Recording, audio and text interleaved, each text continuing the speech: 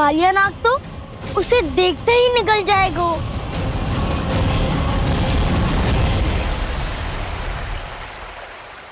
तो आरंभ से अब तक सब कुछ उसकी लीला का ही भाग था।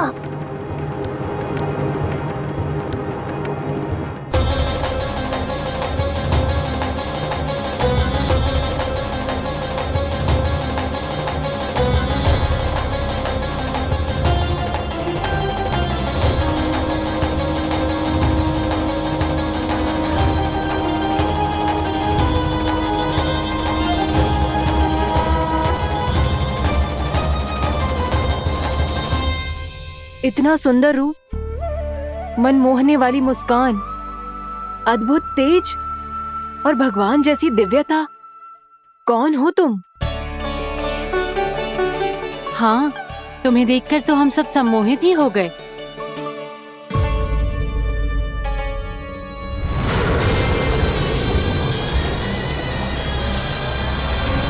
तुम जो भी हो बालक, वापस लौट जाओ। हमारा हृदय तुम्हें ही देखते रहना चाहता है, किंतु यदि हमारे पति जाग गए तो तुम्हें अवश्य हानि पहुंचाएंगे। ये बहुत विषैले है बालक, कालकोट जैसे भयानक। इनके विष से तुम नहीं बच सकोगे। नंदराज, कालिया नाग के विष का प्रभाव बढ़ते ही जा रहा है। पहले 8 कोस तक उसके विष का प्रभाव था, अब तो 1 योजन से अधिक क्षेत्र में फैलो है। जल पीने के प्रयास से अनेक पशु मारे गए हैं और नदी के निकट के वृक्ष और वनस्पति सब नष्ट होने लगे।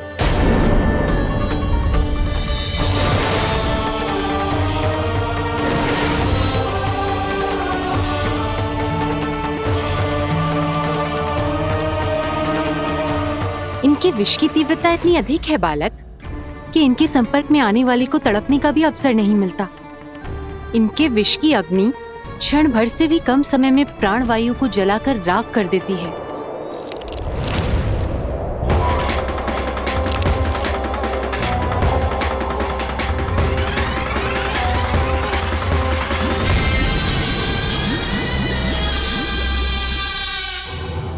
तब तो समस्या और भी गंभीर हो जाएगी। मैंने तो सुनो है कि कालिया नाग कम से कम 2 योजन लंबा है, सैकड़ों फन है उसके।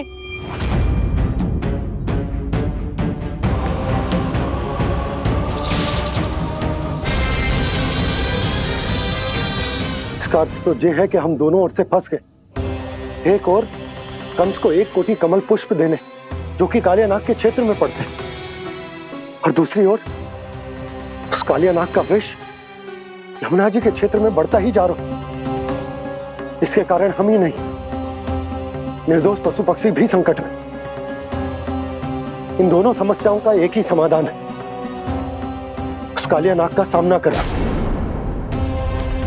और ये ना समझ आ रहा कि हम ये करेंगे कैसे, क्योंकि ये बात साधारण मनुष्य के बस की ना है। हमारे लिए ये असंभव है।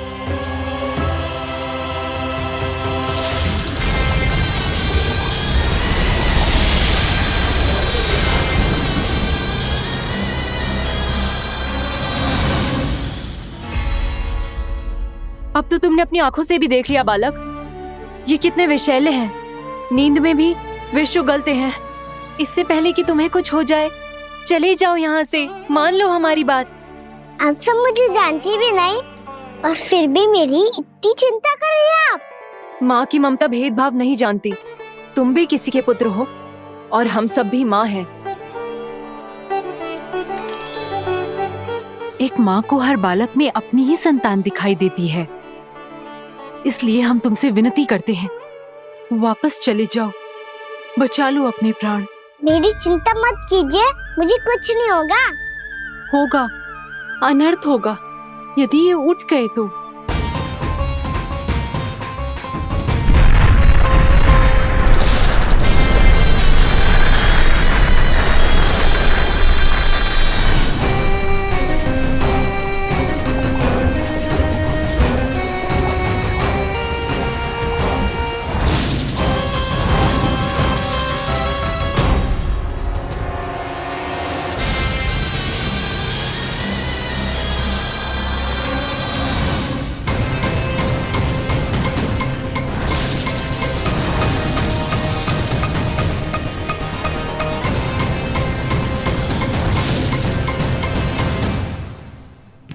सामने होते हुए भी अपने इश्क को केवल वही देख सकता है जो अपना अभिमान त्याग चुका हो। पर पूर्व जन्म में मेरा भक्त होने के नाते मेरा सत्य स्वरूप देख पाने में मुझे इसकी सहायता करनी चाहिए।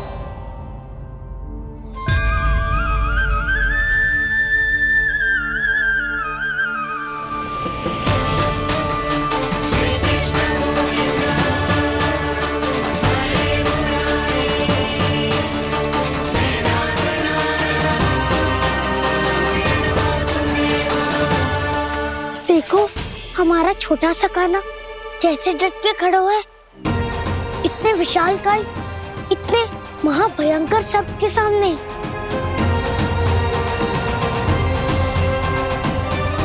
ये कोई भगवान नहीं है जो इसके सामने हाथ जोड़ रही हो तुम सब।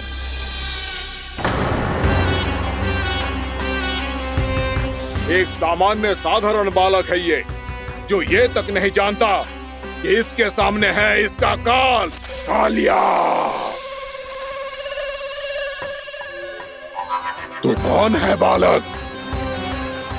मेरे इतने निकट आकर भी तू जीवित कैसे है? मेरी नहीं, अपनी चिंता करो कालिया। बहुत मनमानी कर ली तुमने। अब बस मैं तुम्हें रोकना हूँ। अब बस मैं तुम्हें रोकना हूँ। मैं तुम्हें रोकना हूँ। बित्ते भर का है तू, मेरे विष के बारे में जानता ही क्या है? और कहता है मुझे रोकने आया है। किससे? किससे रोकना चाहता है तू मुझे? मुझे क्रोध दिलाने की भूल मत कर बालक। अपनी फुंकार से ही तेरी इस मुस्कुराहट को अंतिम मुस्कुराहट बना सकता हूं मैं। शीघ्र बता, कौन है तू और किसने भेजा है तुझे? तुम्हें आवाज भी है कि अपनी पुकारों से तुम कितना विष भूल चुके हो। पवित्र यमुना नदी को कितना दूषित कर दिया तुमने। और यही नहीं, तुम्हारे कारण निकट के जीव जंतुओं, वृक्ष, वनस्पतियों सबको हानि पहुंच रही है। तो क्या? मुझे उससे क्या? मुझे है आपत्ति है मुझे तुम्हारे इस व्यवहार से। और इसीलिए तुम्हें यहाँ से जाना होगा।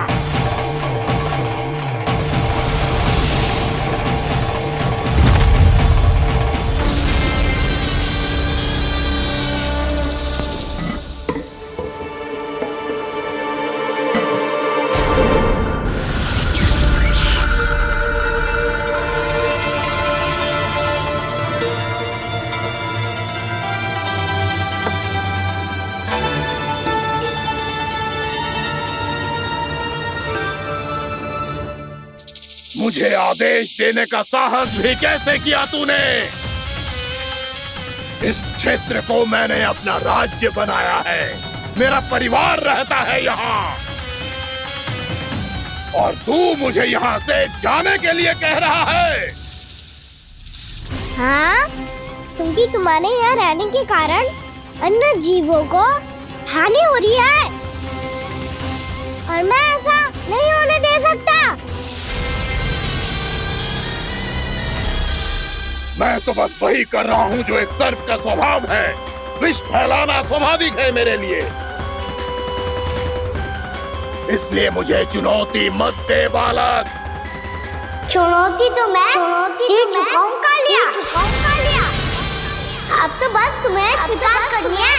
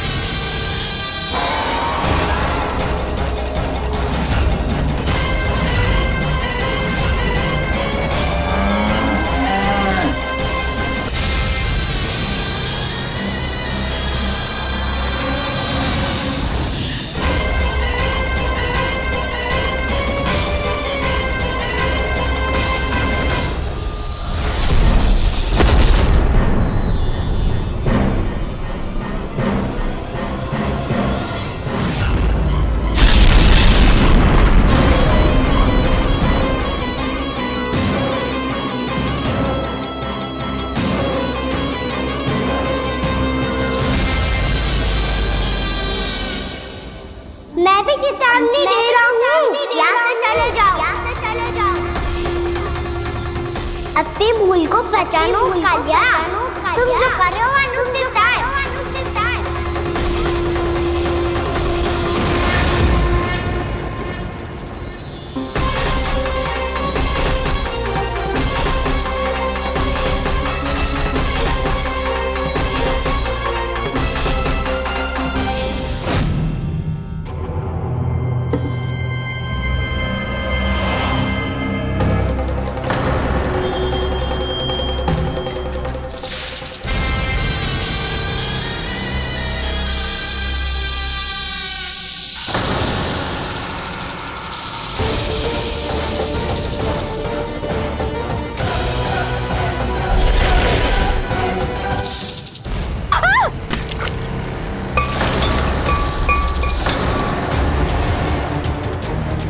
अब मैं आता हूँ।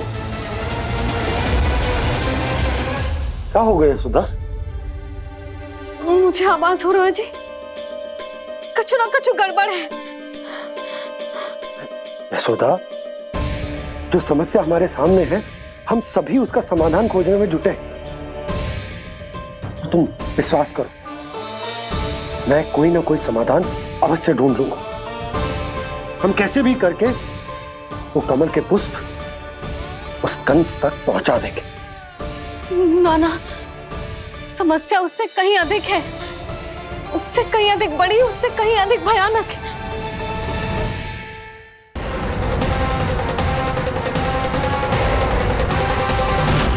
विस्की ये बूंद से ही सबके प्राण चले जाते हैं। इसने तो विस्की धारियां फेंकी है खाना पे। कान्हा कैसे बच्चे को अधिक विष से?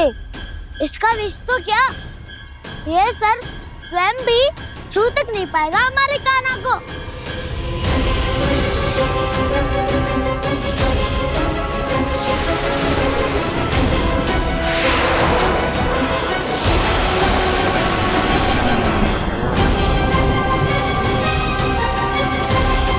तुम्हारे सखा को, मेरे भाई को कोई हानि नहीं पहुंचा पाएगा। ये कान्हा का सत्य चाहे जो हो बलराम, पर अभी तो जो एक बालक ही है ना। देखो कैसे विष के कारण स्थिर हो गया है।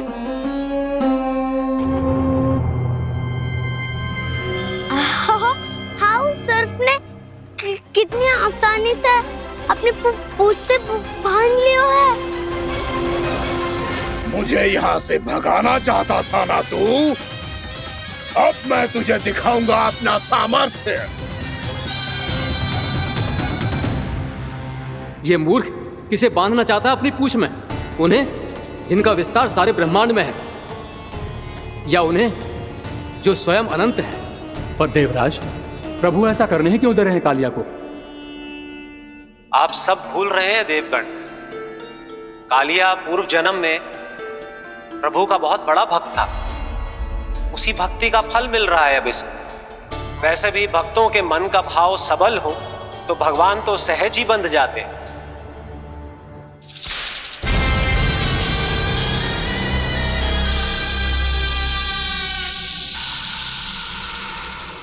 बलराम, तुमने ही तो कही थी कान्हा को कछु ना होगो। देखो उस दुष्ट ने चारों ओर से जकड़ लियो है।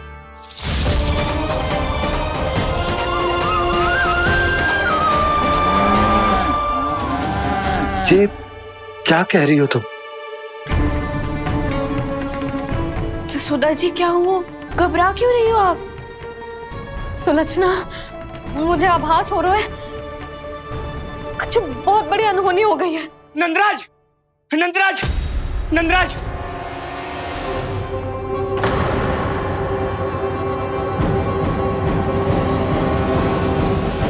नंदराज, कान्हा ने जमदग्नि नदी में छलांग लगा दी है। कान्हा ने जमदग्नि नदी में छलांग लगा दी है। कान्हा ने जमदग्नि नदी में छलांग लगा दी है। कान्हा जमुना में कूद गया है। मुझे लगा था आज कछु गड़बड़ होने वाली है। मुझे आज कान्हा को ना जाने देना चाहिए था।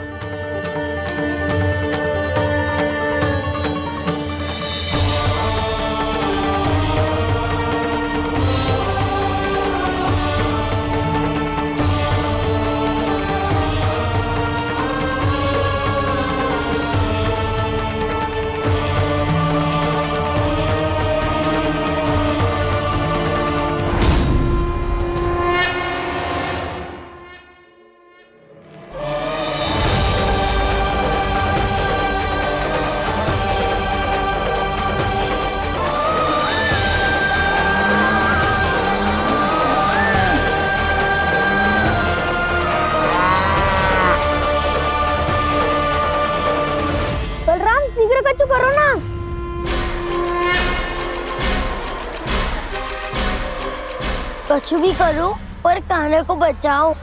नाग बहुत भयंकर है, कान्हा अकेले ना संभाल पाएगा इसे।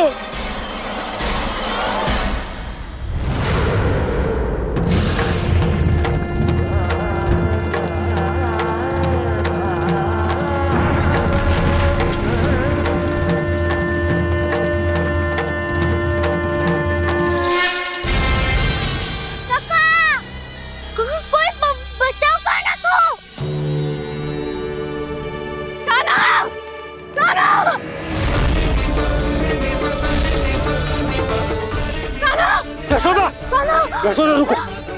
छोड़ दो मुझे, प्लीज छोड़ दो मुझे। जीजी संभालो, बावली हो गई है। जीजी संभालो। कान्हा, कान्हा।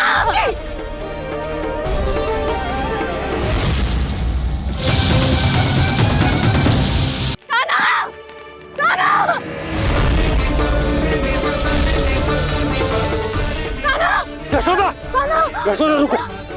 छोड़ दो मुझे, प्लीज छोड़ दो मुझे। जीजी संभालो, बावली हो गई है। जीजी संभालो। देखो अब कैसे तुम्हारे अस्थियों को तोड़कर छोटे छोटे टुकड़ों में बदल दूंगा मैं।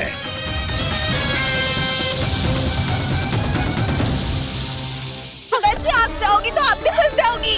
अपने लल्ला के लिए मैं किसी भी संकट का सामना करने के लिए तैयार हूँ। छोड़ो ना यशोदा, हमें कोई और उपाय खोजना पड़ेगा। कोई और उपाय? आप देख ना रही मेरा कान्हा किस दशा में है। कान्हा मैया के वश में नहीं है, नहीं तो ये अपने लल्ला के लिए साक्षात काल का भी सामना कर ले। ये तो केवल कालिया नाग है। हे नागराज, आप मेरे प्राण ले लो पर कान्हा को छोड़ दो। ना नागराज, आप मेरे प्राण ले लो, मैं विरोध भी ना करूंगी। ना नागराज, आप मुझे मार दो पर मेरे कान्हा को छोड़ दो। ना ना ना ना नागराज, मेरे प्राण ले लो। हमारे कान्हा से क्या शत्रुता है आपकी? प्रभु के लिए जो प्रेम यशोदा मैया के हृदय में है, वही इन सभी गोपियों के हृदय में भी है।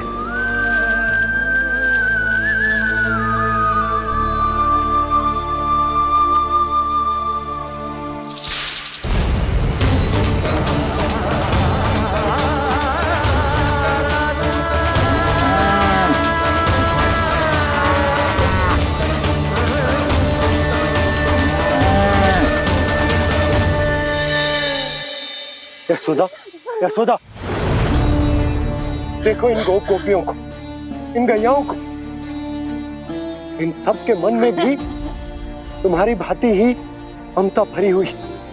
वो सब भी कान्हा से उतना ही प्रेम और स्नेह करती है, उतनी ही ममता से भरी हुई है जितनी कि तुम।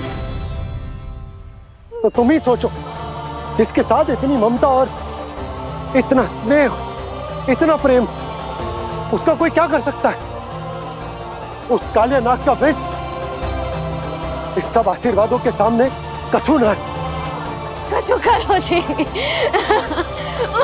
उसे बोलो वो मेरे प्राण ले ले, मेरे कान्हा को छोड़ दे। यशोदा,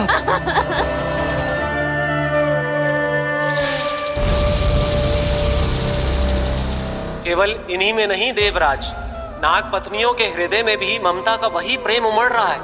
देखिए। मैं आपके हाथ जोड़ती हूँ स्वामी, इस बालक को छोड़ दीजिए। ये अवश्य ही कोई दिव्य आत्मा है स्वामी। हम आपसे विनती करते हैं स्वामी, इस नन्हे बालक को हानि मत पहुंचाइए स्वामी। मेरी पत्नियां मेरे ही शत्रु के लिए विनती कर रही हैं। अब यदि इसके पक्ष में एक शब्द भी कहा तुम सबने, तो मैं इस बालक से पहले तुम सबके प्राण ले लूंगा। हो रहा प्रसन्न नाग कालिया, विजय को निश्चित जान। रोते बिलखते व्याकुल सब संकट में देख कान्हा के प्राण।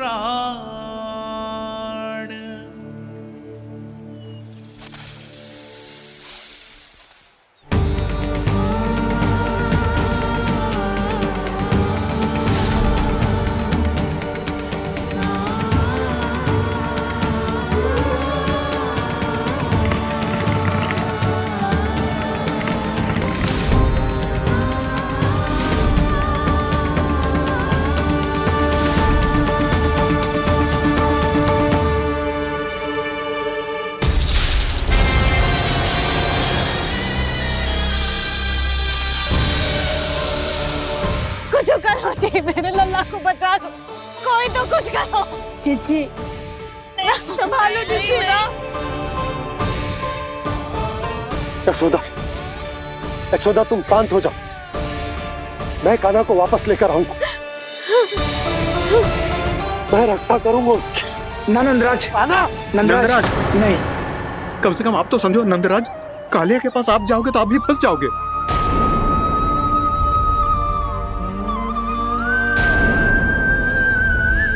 बलराम, तेरा भाई इतनी भीषण संकट में है और तुझे जरा भी दुख ना हो रहा? क्या आप सब अब तक नहीं समझ पाए कि कान्हा सच में कौन है? छोटे बाबा, आप तो उसका सत्य जानते हैं ना?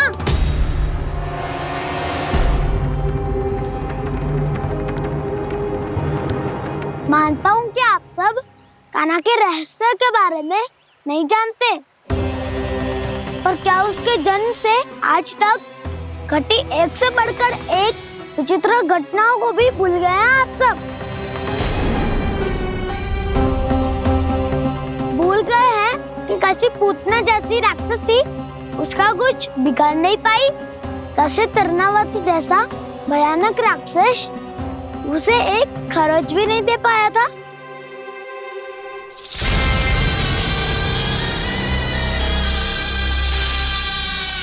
आप सबने अपनी आंखों से देखा था ना, बकासुर से कान्हा की रक्षा करने देवता स्वयं आए थे, पर सत्य तो ये है कि वो सभी देवता भी उस असुर के सामने असमर्थ हो गए थे। तब कान्हा ने बहुत ही आसानी से उस भयंकर असुर का वध किया था, एक ही बार में धराशायी कर दिया था उसे। तो आप सभी सोचिए, बार बार ऐसे असाधारण कार्य करने वाला बालक साधारण कैसे हो सकता है? अब तो आरंभ से ही सारा सत्य जानते हैं छोटे बाबा। रहस्य छुपाने में सदैव कान्हा की सहायता करते आए हैं आप, और आज आप स्वयं ही उसके सत्य को भूल रहे हैं। और तुम सब भी तो जानते हो कान्हा की शक्तियों के बारे में, तो क्या तनिक भी विश्वास न आया अपने सखा पे? बलराम, जे तू क्या कह रहा है? मैंने जो कहा उसका एक एक शब्द सत्य है छोटी माँ। यदि प्रभु की इच्छा हुई तभी कुछ ही क्षणों में सब कुछ अपनी आंखों से स्वयं अनुभव कर लेंगे आप।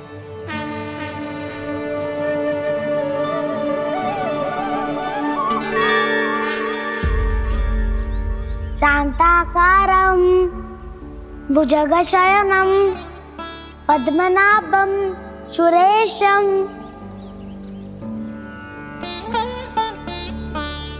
विश्वाधारं गगनसदृशं मेघवर्णं शुभांगं लक्ष्मीकान्तं कमलनयनं योगी वीरध्यानगम्यम्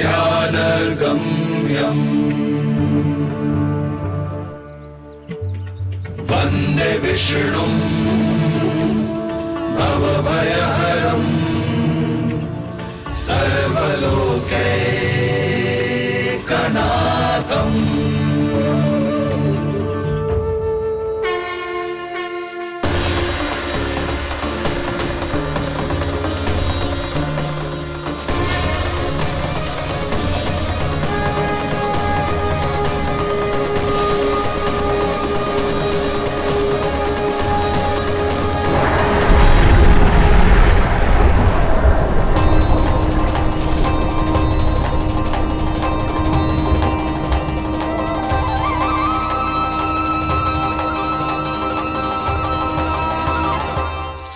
तुम्हें क्या लगता है बालक कि तू मेरी जकड़ से निकल गया तो अब बच जाएगा तू?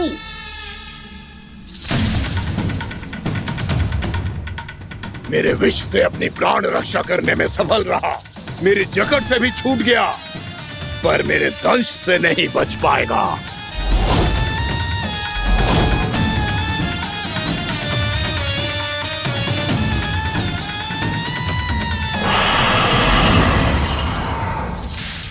अब भय से भाग रहा है, पर मैं तुझे मृत्यु देकर रहूंगा।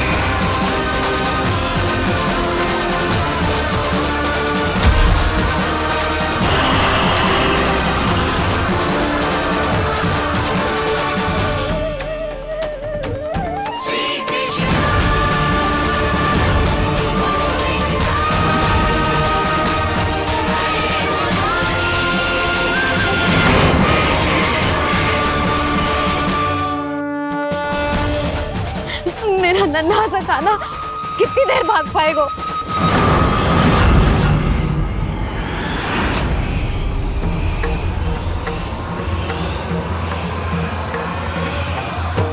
और कितनी प्रतीक्षा करोगे मेरी भक्त कालिया?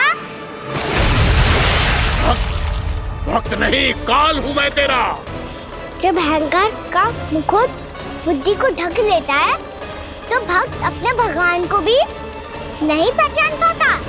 व्यर्थ की पहेली में मत उलझा बालक, ना मैं भक्त हूँ और ना तू भगवान।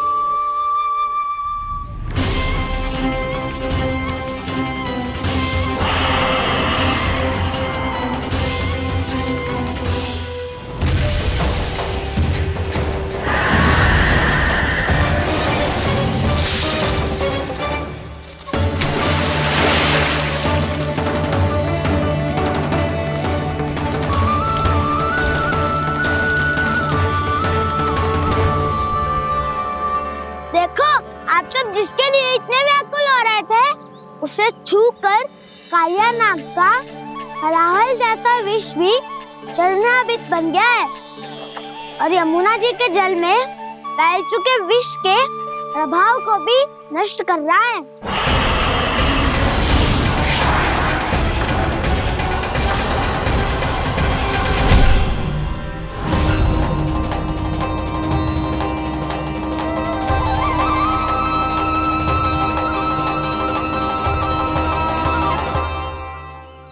धर्म रक्षक अधर्म विनाशक प्रभु श्री कृष्ण का कौशल सचमुच आदित्य है। नारायण नारायण।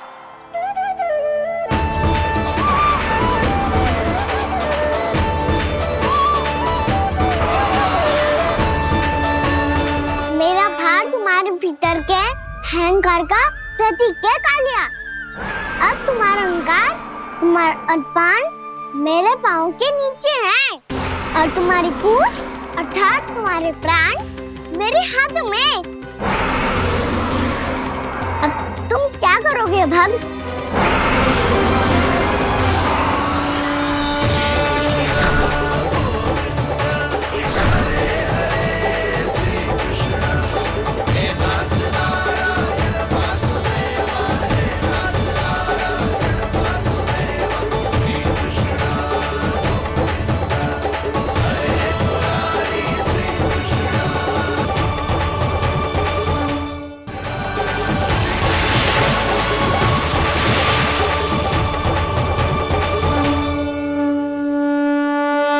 प्रभु, भले ये आपको पहचानने में असमर्थ हो, पर हम सब ने आपको पहचान लिया है।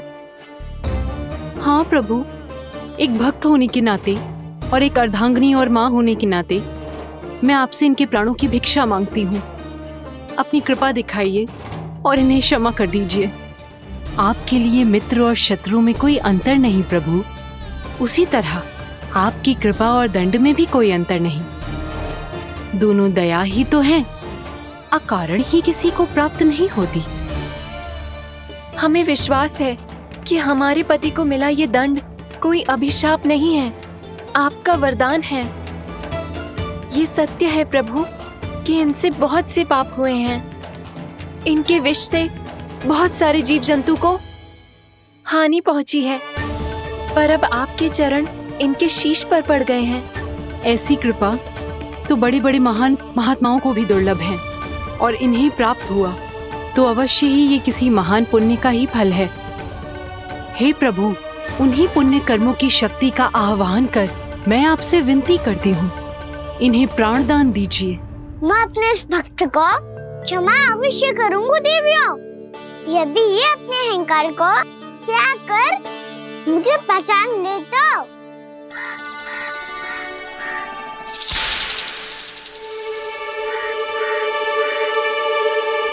मैं तुम्हें श्राप देता हूँ, जितनी विषैली तुम्हारी जिह्वा है उतने ही विषैले सर्प बन जाओ तुम।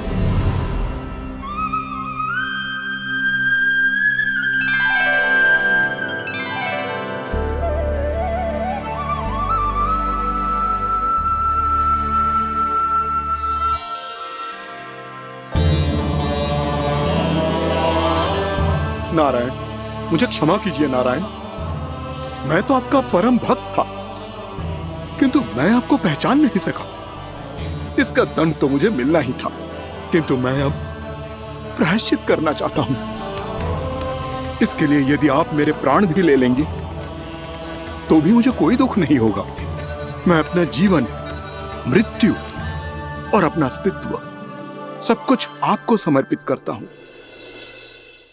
तुम्हें तुम्हारी क्रोध के कारण श्राप मिला, जिसे विशाल सर्प के रूप में तुम्हारा जन्म हुआ, और सर्प का तो स्वभाव है विष फैलाना। इसीलिए तुम्हें दंड नहीं दूंगा मैं। शेष सभी अपराधों का पश्चाताप कर लिया, इसीलिए मैं तुम्हें क्षमा करता हूँ कालिया।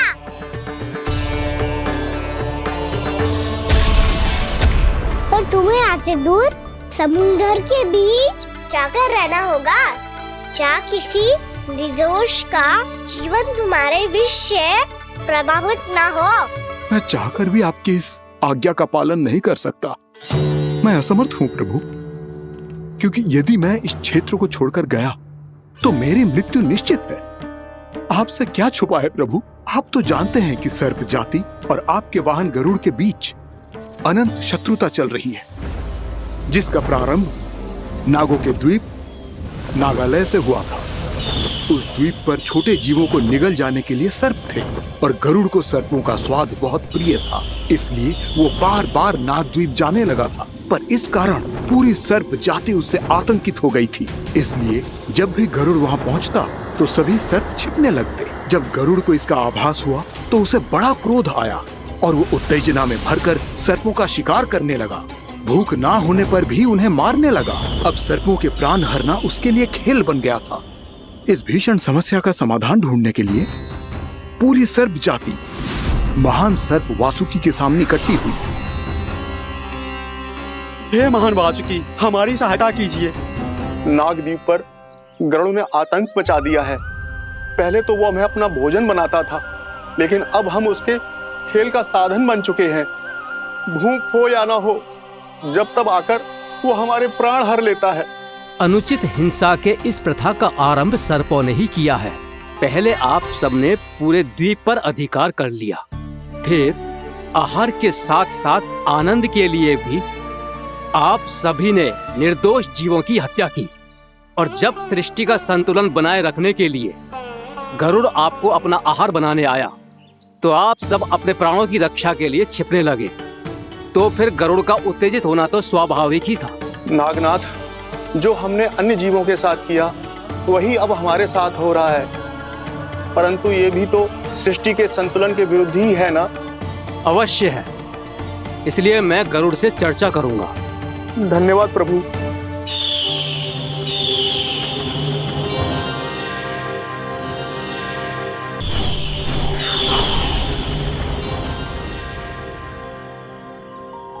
श्री नारायण के वाहन पक्षीराज गरुड़, मैं संपूर्ण सर्प जाति की ओर से आपसे एक निवेदन करने आया हूँ। कहिए, क्या कहना चाहते हैं आप? हे पक्षीराज, यदि आप हम पर ऐसे ही आक्रमण करते रहे तो शीघ्र ही हमारी प्रजाति समाप्त हो जाएगी। इसीलिए हमारी आपसे विनती है, यदि आप उचित समझें तो सर्पों के किसी एक घर से हम आपको एक सर्प प्रतिदिन अर्पित करेंगे। आप उसको आहार बनाइए और अन्य सर्पों को जीवित रहने का अधिकार दीजिए। मुझे स्वीकार है। तब से प्रतिदिन किसी एक घर से एक सर्प गरुड़ के भोजन के लिए भेजा जाने लगा। समय के साथ मेरे घर की भी बारी आई, परंतु मैंने एक बहुत बड़ी भूल कर दी। समय आ गया है स्वामी, आज गरुड़ के आहार के लिए इसे चुना गया है। कौन है यह गरुड़ और क्यों दूं मैं इसे कोई भेंट? स्वामी, सभी सर्प राज्यों और गरुड़ के बीच में यही समझौता हुआ है, हमें इसका सम्मान करना ही होगा।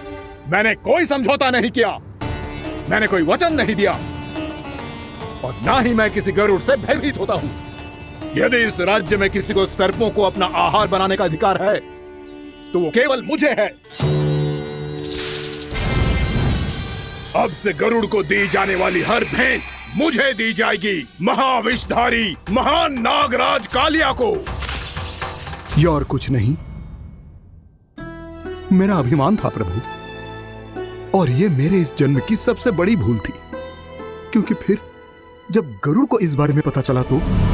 कालिया, अभिमान में आकर तूने अपने काल को ललकारा है। जिस कालिया के नाम में ही काल छिपा है, तू उसे ललकारने का दुस्साहस कर रहा है गरुड़। स्वयं को भगवान विष्णु का वाहन कहता है तो वाहन का ही कर्म कर। स्मरण रख, इस धरती के सर्वश्रेष्ठ योद्धाओं के लिए भी मैं मृत्यु का दूत हूँ। विनाश काले विपरीत बुद्धि। तुझ जैसे मूर्ख सदा इस युक्ति को सार्थक करते आए हैं। अपने विनाश को आमंत्रण किया है तो अब भोग।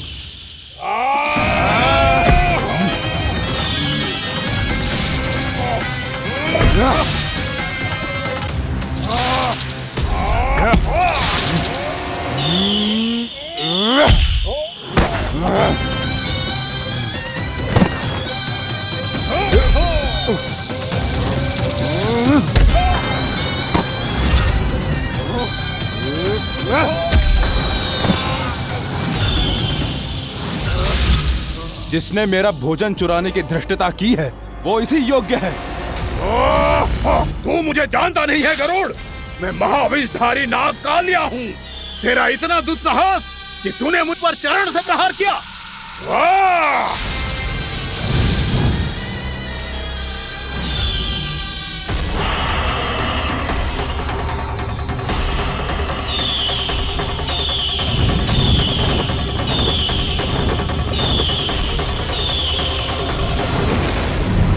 मैं अपने अभिमान में भूल गया था कि गरुड़ मुझसे कहीं अधिक शक्तिशाली है।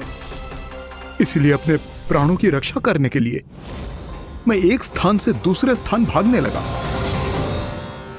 नदियां, पर्वत, यहां तक कि मैंने सागर भी लांघ डाला, पर मैं जहां भी जाता गरुड़ के रूप में मेरा काल वहीं आ जाता। इसीलिए मृत्यु की आशंका से भयभीत होकर मैं अपने बड़े भाई मां कद्रु के प्रथम पुत्र अनंत शेषनाग से राय लेने चला गया। भैया, मैं यहां आपसे आपकी सहायता लेने आया हूं। मेरी एक छोटी सी भूल के कारण यह गरुड़ मेरा पीछा कर रहा है।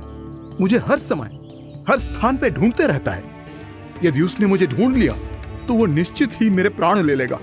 मुझे कोई ऐसा स्थान बताइए जहां मैं अपनी पत्नी और अपनी संतानों के साथ शांति से रह सकूं। तुम यमुना नदी के किनारे वृंदावन क्षेत्र में जाके वास करो कालिया।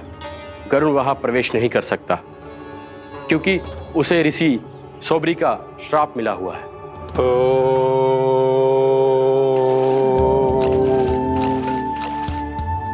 ध्यान और तपस्या का नित्य कर्म करते हुए ऋषि के मन में मछलियों के प्रति प्रेम भाव इतना बढ़ गया कि वो भूल गए सभी जीव खाद्य श्रृंखला का भाग होते हैं और मछलियां भी इस नियम की अपवाद नहीं है। उन्हें मछलियों की अटखेली इतनी अच्छी लगने लगी कि वो इस क्षेत्र के मछुआरों को भी मछली पकड़ने की अनुमति नहीं देते थे।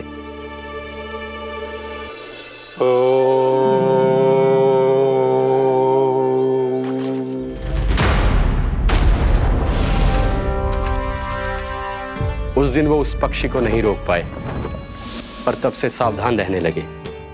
यहां तक कि अपने साधना से भी अधिक ध्यान वो पक्षियों पर केंद्रित करने लगे। ठहरो! इसी क्षण अपनी चोंच में पकड़ी इस मछली को छोड़ दो। तुम्हें इन मछलियों का आहार नहीं करना चाहिए पक्षीराज। ये तो खाद्य श्रृंखला का नियम है ऋषिवर। यदि मैं इनका आहार नहीं करूंगा तो कोई और पक्षी कर लेगा। मैं अपने आनंद या प्रतिशोध के लिए इनके प्राण नहीं ले रहा। ये तो बस मेरा भोजन है। पर यह मेरा तपस्या स्थल है। तुम यहाँ शिकार करके मेरी साधना में विघ्न नहीं डाल सकते पक्षीराज। यदि आपकी यही इच्छा है तो मैं आज के बाद यहाँ नहीं आऊंगा।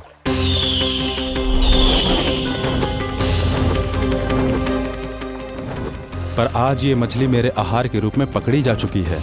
मैं वचन देता हूँ ऋषिवर, इस स्थान पर यह मेरा अंतिम शिकार होगा।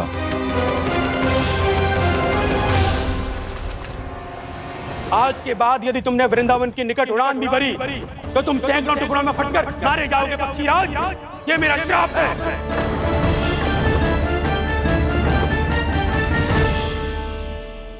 और इसीलिए भैया शेषनाग के सुझाव के अनुसार मैं यहां आ गया। पर अब यदि मैं कहीं और जाऊंगा तो मेरे प्राण नहीं बचेंगे प्रभु। निश्चिंत रहो कालिया, अब से गरुड़ तुम्हें कोई हानि नहीं पहुंचाएगा। अब तुम्हारे फनों पर मेरी पक्षिंग बन गए कालिया, इसीलिए अब से तुम्हें गरुड़ से कोई भय नहीं होगा। निश्चिंत होकर अपने परिवार के साथ गहरे समुद्र में चले जाओ और सुख से शांति से निवास करो। पर ध्यान रहे निर्दोष जीवों को हानि ना पहुंचे। आपने मुझे जीवन दान दे दिया प्रभु, इस उपकार से मैं कृतज्ञ हूँ प्रभु। आदेश दीजिए, मैं आपकी सेवा कैसे करूं? तुम्हारे जल क्षेत्र से 1 कोटि कमल पुष्पों को लेने की अनुमति दे दो कालिया। यह मेरी सेवा होगी। प्रभु, ये तो मेरा सौभाग्य होगा।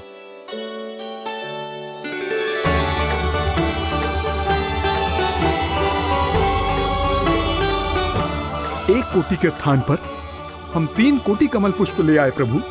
मैं तुम्हारी सेवा भाव से प्रसन्न हुआ कालिया। रमनक द्वीप पर चले जाओ ताकि तुम्हारे कारण फिर कभी किसी निर्दोष जीव को हानि ना पहुंचे और न ही तुम्हारा विष मेरे प्रिय यमुना नदी के जल को दूषित कर पाए। मैं तुम्हें आशीर्वाद देता हूँ। आज यहाँ मेरे द्वारा तुम्हें दिए गए इस आदेश का स्मरण जो भी भक्त करेगा और प्रातः काल और संध्या काल में इसका उच्चारण करेगा, उसे फिर कभी किसी संकट से कोई भय नहीं होगा। ये स्थान अब से कालियाकुंड के नाम से जाना जाएगा। यहाँ पर स्नान करने वाला और देवताओं को इस क्षेत्र से जल का अर्घ्य देकर प्रसन्न करने वाला भक्त यदि मेरा स्मरण करके पास रखेगा तो वो अपने सभी पापों से शीघ्र ही मुक्त हो जाएगा।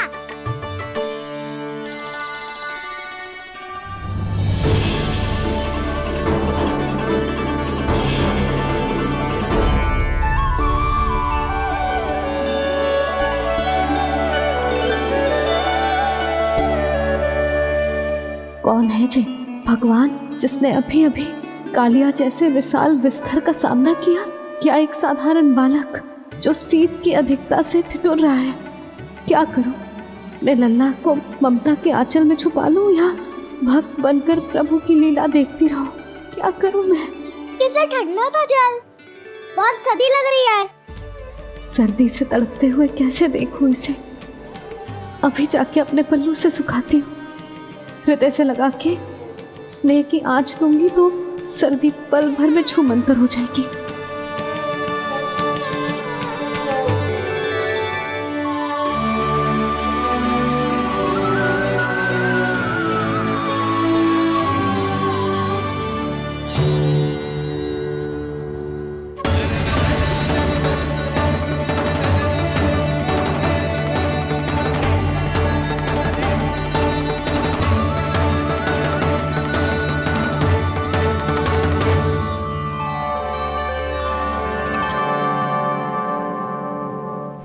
मेरी आवश्यकता ना है इसे।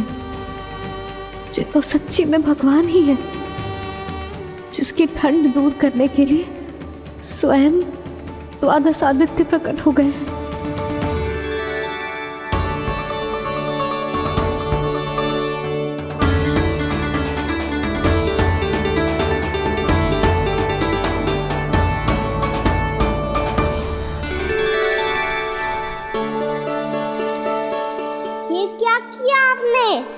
मैया मुझे अपने हृदय से लगाने वाली थी कि आप सब प्रकट हो गए। क्षमा कीजिए प्रभु, पर आपको भीगा हुआ देखकर, ठंड से ठिठुरता हुआ देखकर हमसे रहा नहीं गया। हम अपने वश में नहीं थे प्रभु। भक्ति से भावुक होकर हम प्रकट होने पर विवश हो गए थे। हमारी किरणें जैसे स्वयं ही फूट पड़ी और दौड़ पड़ी आपको सुखाने के लिए। मैं आपका प्रेम, आपकी भक्ति समझता हूं आदित्यगण, और इसीलिए इस समय मैं जहां खड़ा हूं, इस स्थान को द्वादश आदित्य टीला के नाम से जाना जाएगा। द्वादश आदित्य टीला के नाम से जाना जाएगा। हम धन्य हो गए प्रभु। और कहाँ जा रहा है? जो गड़बड़ किया उसे सुधारिए तो सही। प्रभु आज्ञा दीजिए। अपना दाम इतना अधिक बढ़ा दीजिए कि मुझे स्वेद आने लगे, ताकि मैया मुझे स्वेद में लीला देख के और भूल जाए कि मैं ही भगवान हूँ, और मैया मुझे अपनी गोद में उठा के ले जाए।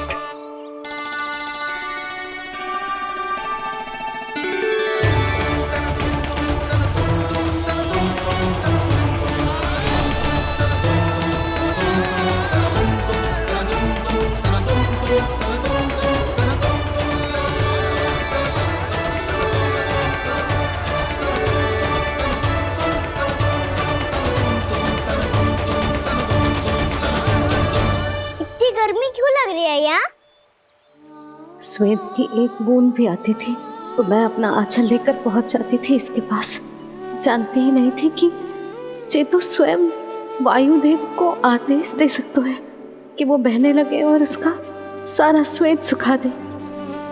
वायुदेव की आवश्यकता नहीं है मैया, मुझे आप ही चाहिए लगता है जिस बात का भय था वही सत्य होने लगी है।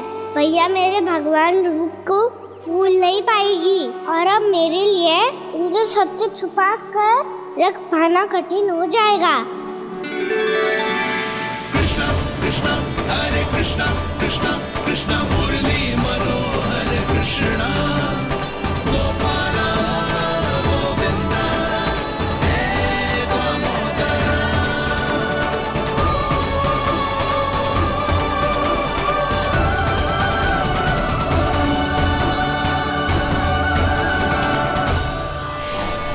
प्रभु, आपके श्वेत से बने इस प्रसंगदान सरोवर का प्रणाम स्वीकार कीजिए।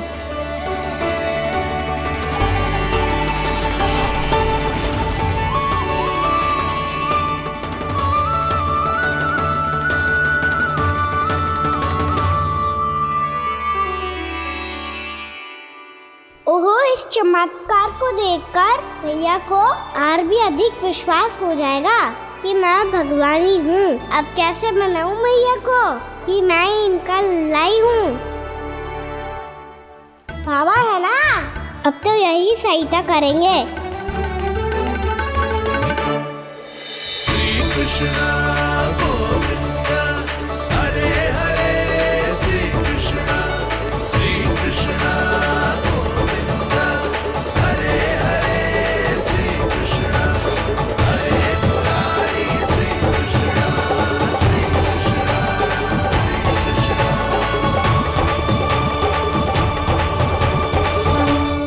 बाबा एक कोटी ना, मैंने तो 3 कोटी कमल पुष्पों का प्रबंध कर दिया है और चिंता करने की आवश्यकता ना है।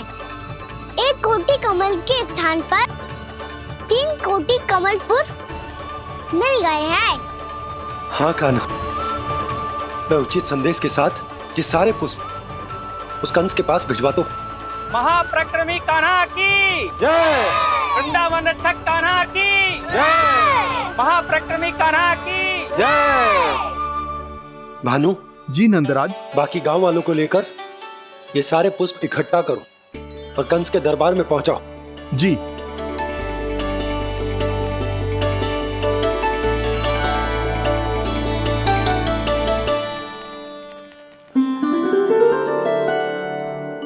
मैया, कौन हो तुम? मुझे पता था मैया, जब आपको सत्य पता चलेगा तो आप मुझे मैया की तरह स्नेह ना कर पाओगी, इसलिए आज तक सत्य छुपाता आया हूँ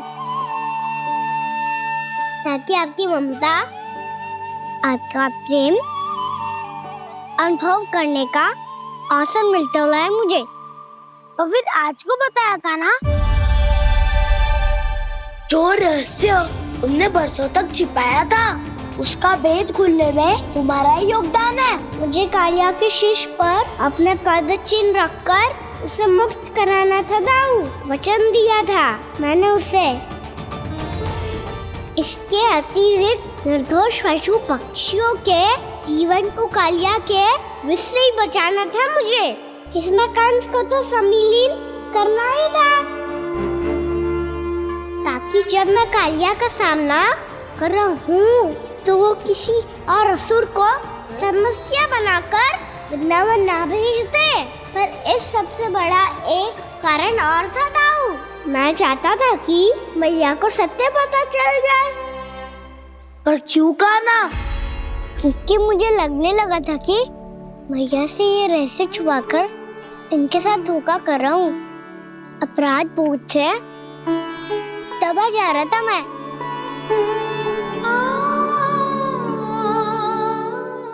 जो सत्य आपको, बाबा को, सभी को पता है, यहाँ तक कि मेरे सखा भी जानते हैं, वो सत्य मैंने मैया से छिपाया केवल इसी लोक में कि मुझे इनकी ममता प्राप्त होती रहे। पर ऐसा करके मैं अपने से निस्वार्थ प्रेम करने वाली मैया को धोखा दे रहा था। आप ही बताओ दाऊ, जो इस संसार में मुझसे सबसे अधिक भरोसा करता है, उसी के साथ छल कैसे कर सकता हूँ मैं? हाँ, मैं नारायण का अवतार हूँ, पर अपनी मैया का छोटा सा लल्ला भी तो हूँ।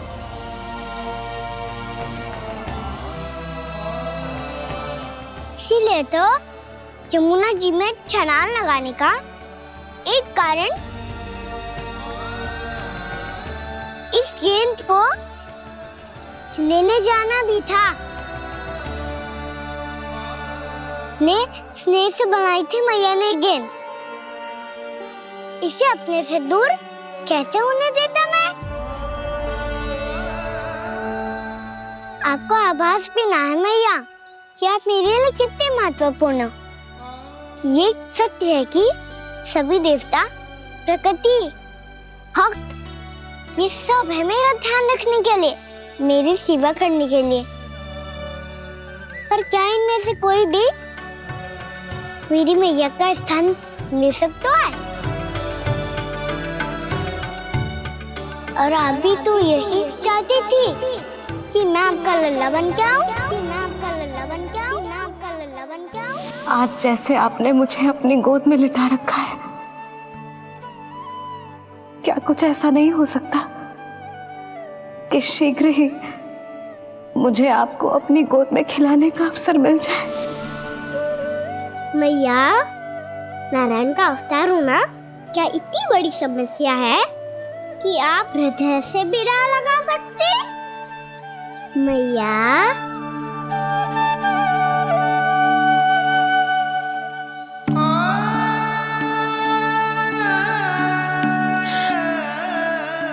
मेरा कान्हा, मेरा लल्ला।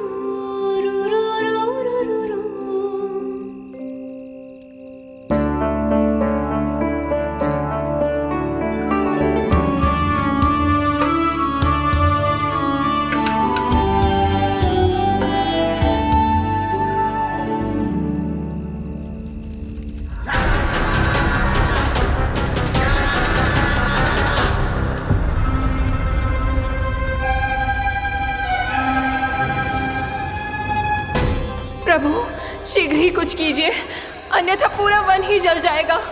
मेरी सहायता कीजिए प्रभु।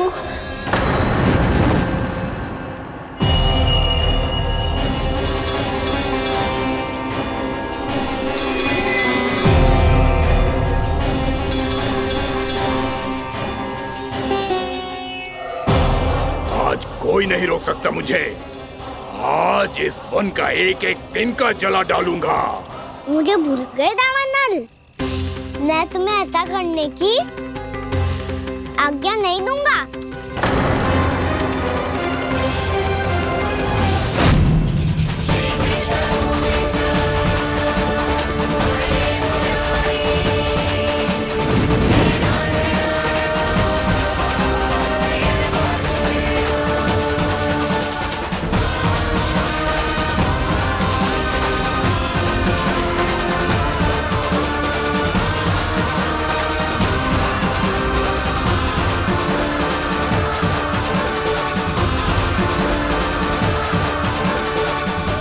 मैया की नींद में व्यवधान पहुंच रहा है, मुझे शीघ्रता करनी होगी।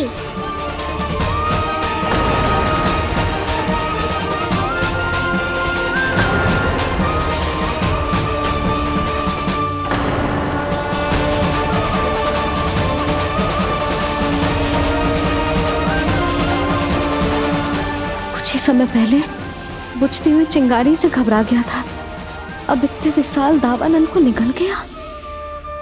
फिर से गड़बड़ कर दी कान्हा ने। समझाया था कोई लीला मत करना, तुम्हारी समस्या और बढ़ जाएगी।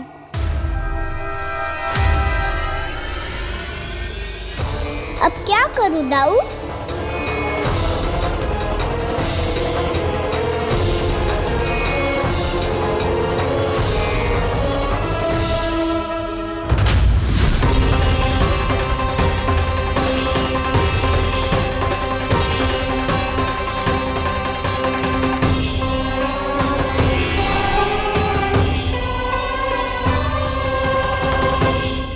जब जब मैं इसे अपने लल्ला के रूप में देखने का प्रयास करती हूँ, मुझे प्रभु दिखते हैं।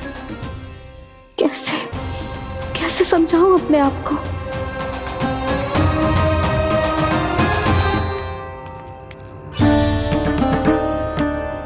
मैया मुझे पता है आपने कहा था अग्नि के साथ मत ही खेलना, पर अग्नि फैल रही थी। मुझे कछु ना कछु तो करना ही था मैया। क्यों प्रभु, क्यों छीन रहे हो एक मैया से उसकी ममता? मैं आपकी भक्त अवश्य हूँ, पर उसके साथ साथ आपकी मैया भी बने रहना चाहती हूँ। आपको एक मैया बनकर दुलारना चाहती हूँ, फटकारना चाहती हूँ, डांटना चाहती हूँ। तो फिर डांटो ना मैया, फटकार लगाओ, मुझे दंड दो। कैसे कान्हा? तुझे देखते ही मुझे अपने भगवान दिखाई देने लगते हैं। मेरे मन में तेरे प्रति भक्ति के भाव जाग रहे हैं। मैया ऐसा मत ही करो ना। देखो मैं वही कान्हा हूँ जिसे आप लोरी सुना के सुलाती थी। वही कान्हा हूँ जिसे अपने हाथों से माखन खिलाती थी। मैं वही कान्हा हूँ मैया जो भूल करता था तो आपकी डांट भी खाता था और आपसे दंड भी पाता था।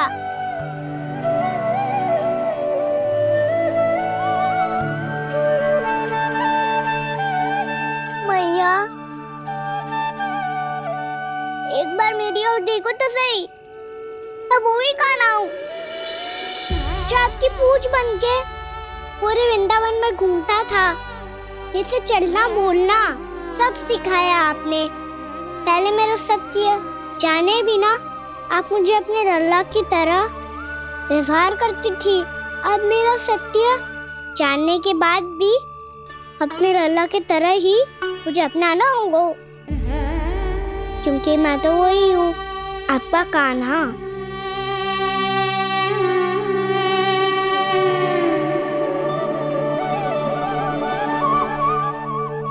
इतना प्यार करते हो तुम मुझसे? जब मैं तेरे भीतर भगवान का रूप देखती हूँ तो मैं भयभीत हो जाती हूँ कान्हा। ये सोच के कि तू मुझे छोड़ के तो ना चला जाएगा। कहीं गया भी तो सदैव आपके हृदय में ही रहूंगा।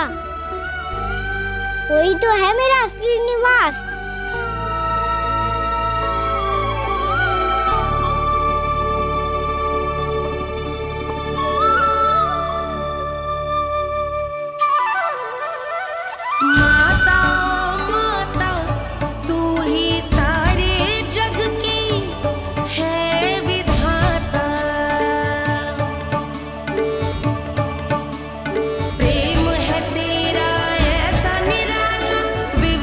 हो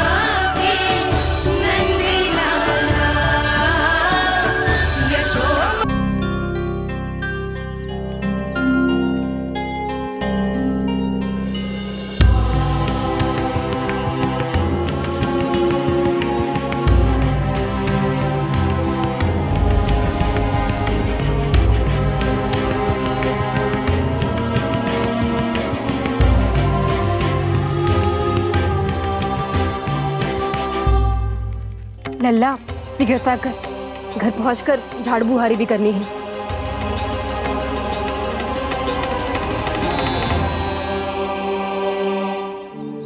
का होगा? ये सब ठहर क्यों गए? ये सब क्या होगा?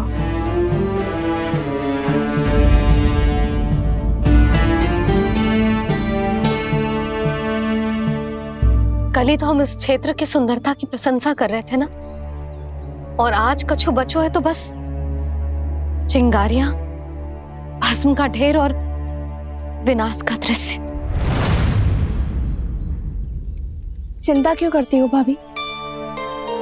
जिसने इस वन को, हम सबको जलने से बचाए हुए, वहीं से फिर से हरा भरा कर देगा।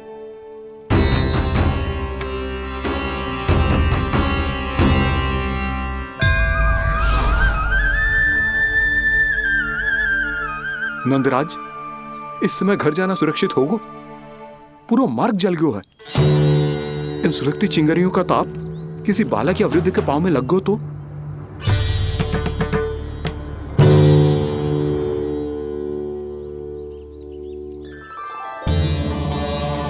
चिंता की कोई बात नहीं है बाबा, हम सब महर्षि गर्ग के आश्रम में जा सकते हैं। वहाँ सारी व्यवस्था हो जाएगी, वो यहाँ से अधिक दूर भी नहीं है।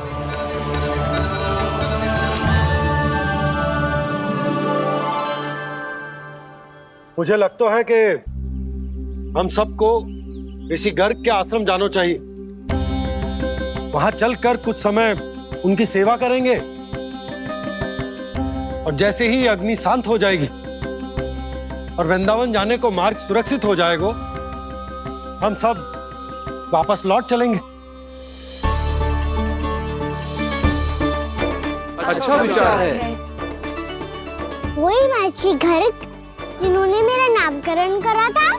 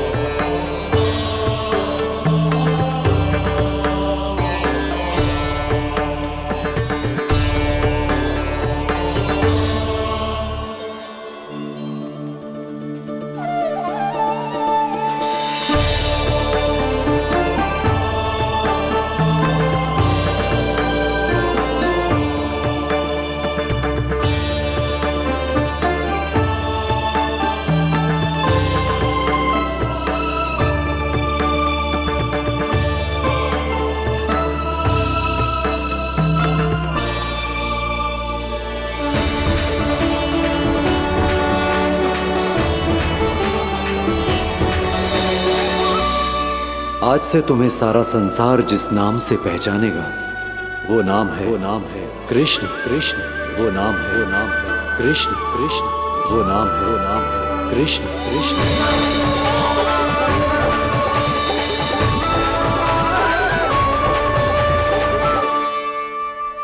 प्रणाम ऋषिवर।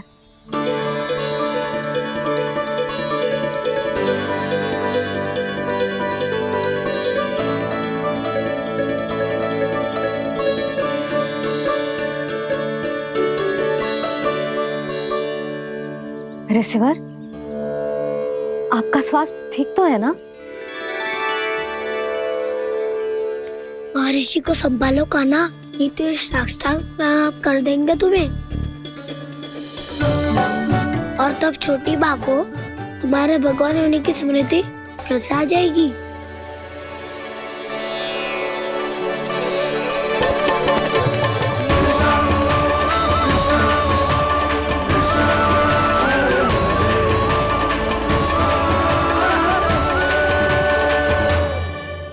भक्तों को भगवान के दर्शन मिलते हैं।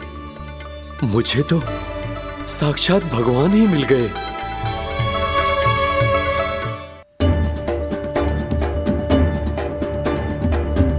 इस समय मैं भगवान नहीं, बस आपका शिष्य हूँ ऋषिवर। स्मरण रखिए, भगवान अपने भक्त के घर नहीं आए।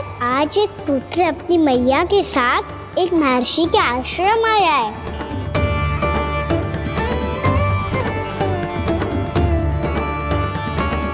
देखो तू इसे, ऐसे हृदय से लग रहा है जैसे कितने अच्छे से जानता हूँ। जानते हो मैया, बाबा ने कितनी बार बताया हो इनके बारे में कि कैसे मेरा नामकरण करा था, इसीलिए तो इतने विशेष है ये मेरे लिए।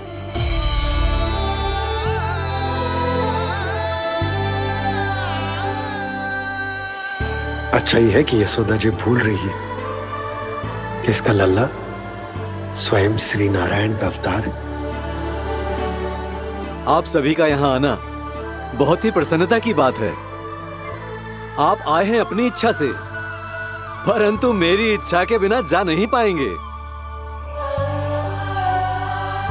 आपके साथ समय बिताने आए महर्षि, इतनी शीघ्र यहाँ से जाएंगे भी ना?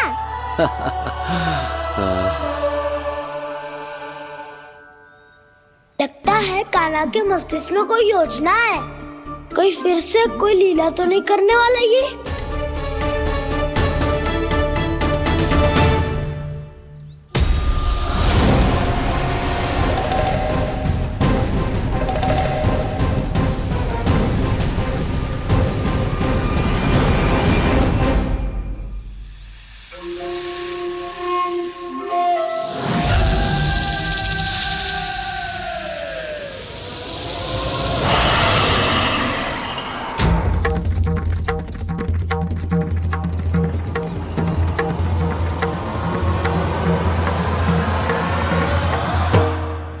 क्या बात है कान्हा, अपने दाऊ को नहीं बताओगे?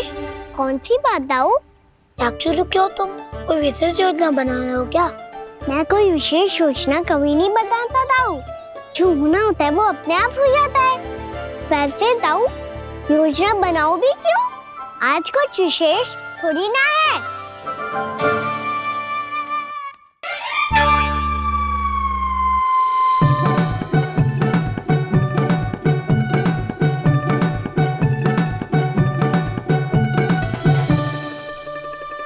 अच्छा, तो मेरा जन्मदिन इसके लिए विशेष अवसर नहीं है, या फिर इसे स्मरण ही नहीं है कि आज मेरा जन्मदिन है?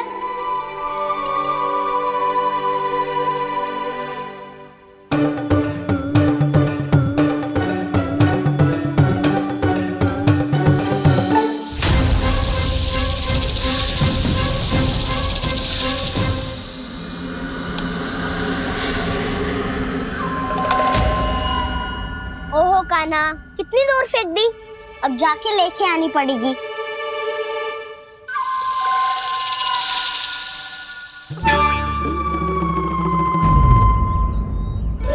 बलराम, वहाँ खड़े क्या हो?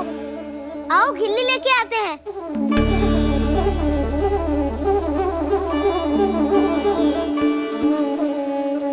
चलो भी।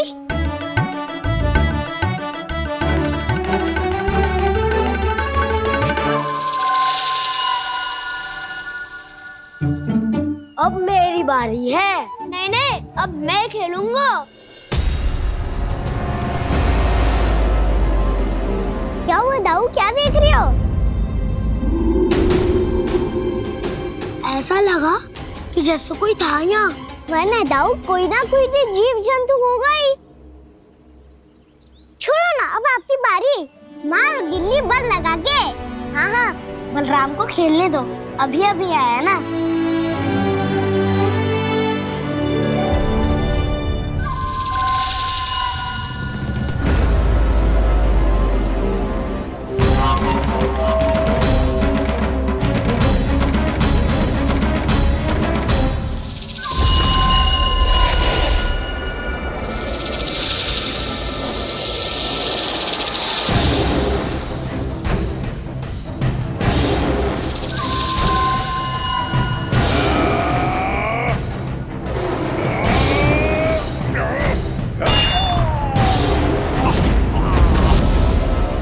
यही हत्या की थी ना उसने मेरे भाई बकासुर की, और वो सारे बालक बड़े चाव से देख रहे थे, प्रशंसा कर रहे थे उस मायावी की। मेरी बहन पूतना के हाथों से तो बच गए, किंतु अब मेरे क्रोध से, मेरे भीतर दहकती प्रतिशोध की अग्नि से अब ना तो वो बालक बचेंगे और ना ही वो विष्णु अवतार। और भूलना मत, महाराज ने क्या कहा था, सीधे सीधे उस मायावी का सामना नहीं करना है तुम्हें। वो बालक बहुत चतुर है।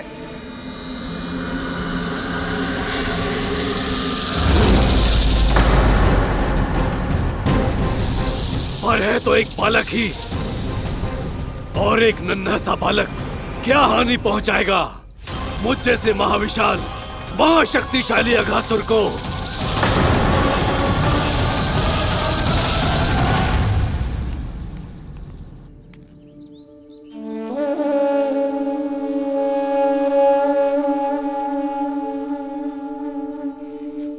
पता नहीं तेरी मैया क्या क्या सोच रही होगी। विवाह के समय एक दूसरे को वचन दिया था, कभी भी एक दूसरे से कछु ना छुपाएंगे। और मैंने कितने वर्षों तक तेरे दिव्य होने की बात उससे छुपाई।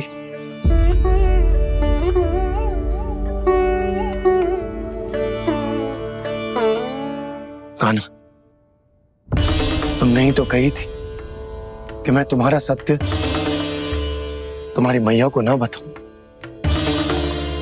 फिर तुमने स्वयं ही उन्हें अपने सत्य के बारे में क्यों बताया?